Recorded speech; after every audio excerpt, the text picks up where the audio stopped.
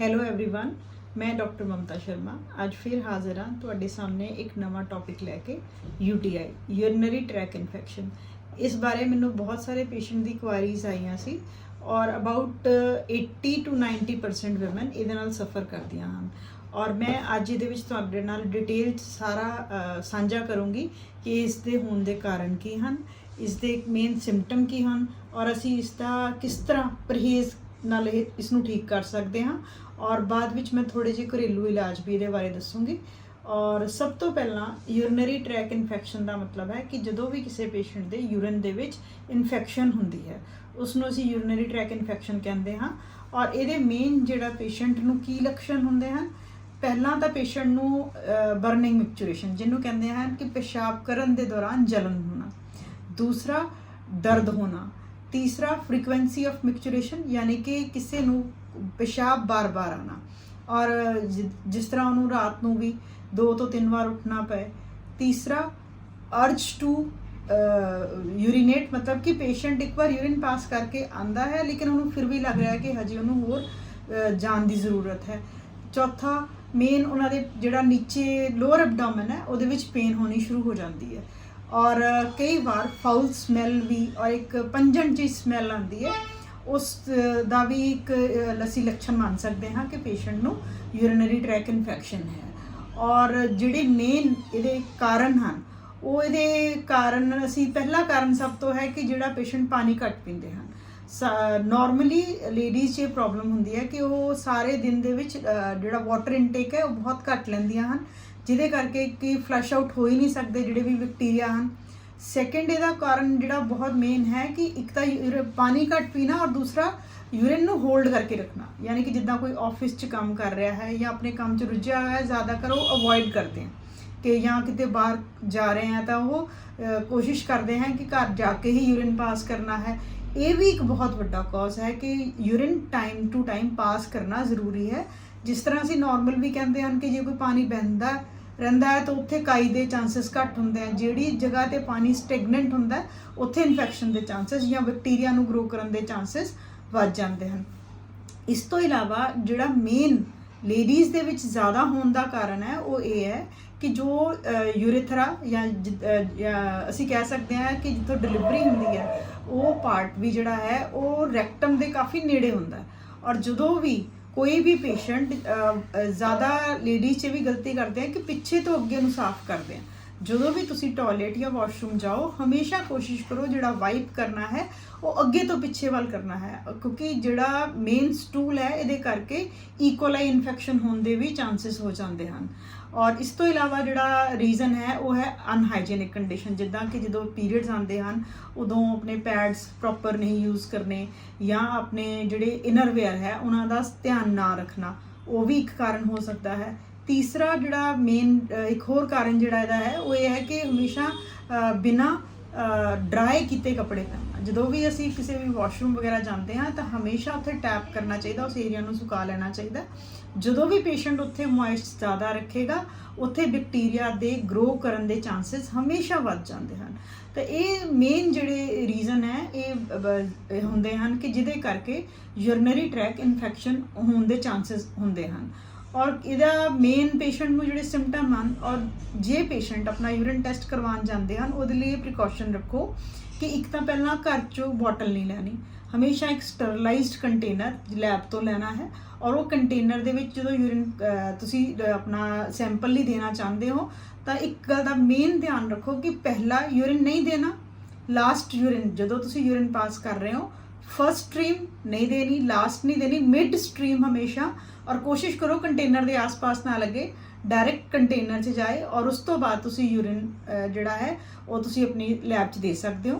फिर जे यूरिन जिहड़े pus cells हैं epithelial cells and pus cells हमेशा ध्यान रखो, जे ये 4 to 5 ज़्यादा हैं तो काइंडली कंसल्ट योर डॉक्टर।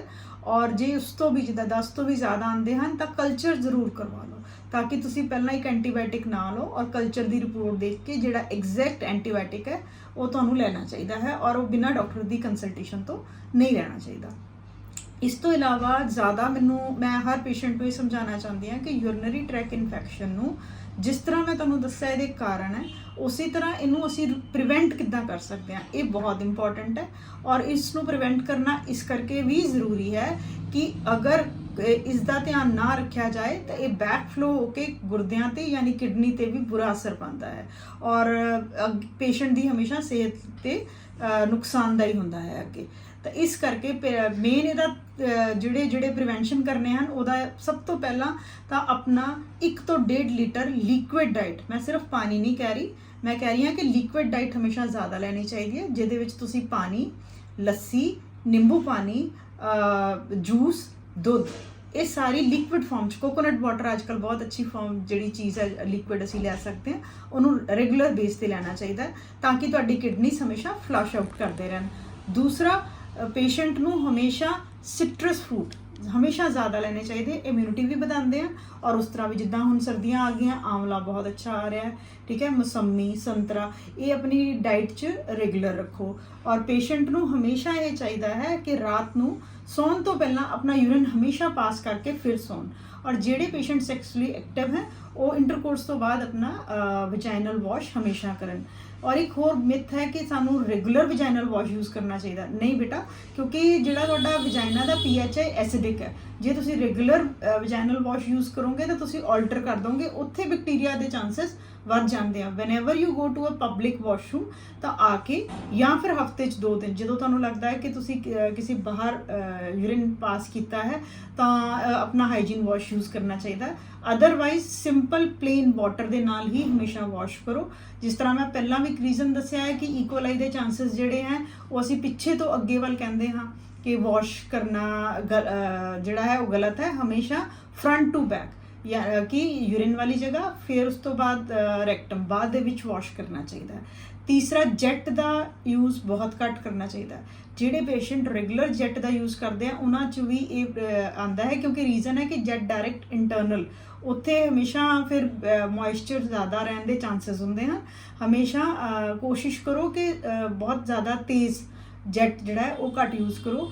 ਔਰ ਇੱਕ ਬੱਚੇ, ਮੈਂ ਸਭ ਨੂੰ ਇਹ ਦੱਸਣਾ ਚਾਹੁੰਦੀ ਹਾਂ ਕਿ ਜਿਹੜੇ ਵੀ ਅਸੀਂ ਅੱਜ ਕੱਲ੍ਹ ਜਿਸ ਤਰ੍ਹਾਂ ਪੇਸ਼ੈਂਟ ਜਿਹੜੇ ਆ ਪਬਲਿਕ ਪਲੇਸਿਸ ਬਹੁਤ ਹੋ ਸਕਦੇ ਆ, ਕੋਈ ਜਿੱਦਾਂ ਮਾਲ ਹੋ ਗਿਆ, ਸਕੂਲ ਹੋ ਗਿਆ ਜਾਂ ਫਿਰ ਧਾਰਮਿਕ ਜਗ੍ਹਾ, ਉੱਥੇ ਵੀ ਅੱਜ ਕੱਲ੍ਹ ਬਹੁਤ ਰਸ਼ ਹੁੰਦਾ ਹੈ। ਤਾਂ ਕੋਸ਼ਿਸ਼ ਇਹ ਕਰੋ ਕਿ ਐਸੀ ਜਗ੍ਹਾ 'ਤੇ ਜਾਣ ਦਾ ਥੋੜਾ ਅਵੋਇਡ ਕਰੋ ਔਰ ਹਮੇਸ਼ਾ ਕੋਸ਼ਿਸ਼ ਕਰੋ ਕਿ ਘਰ ਤੋਂ ਪਹਿਲਾਂ ਜਾਣ ਤੋਂ ਪਹਿਲਾਂ ਆਪਣਾ ਵਾਸ਼ਰੂਮ ਜਾਓ, ਯੂਰਿਨ ਪਾਸ ਕਰਕੇ ਜਾਓ ਔਰ ਫਿਰ ਆ ਕੇ ਤੁਸੀਂ ਯੂਜ਼ ਕਰ ਸਕਦੇ ਹੋ।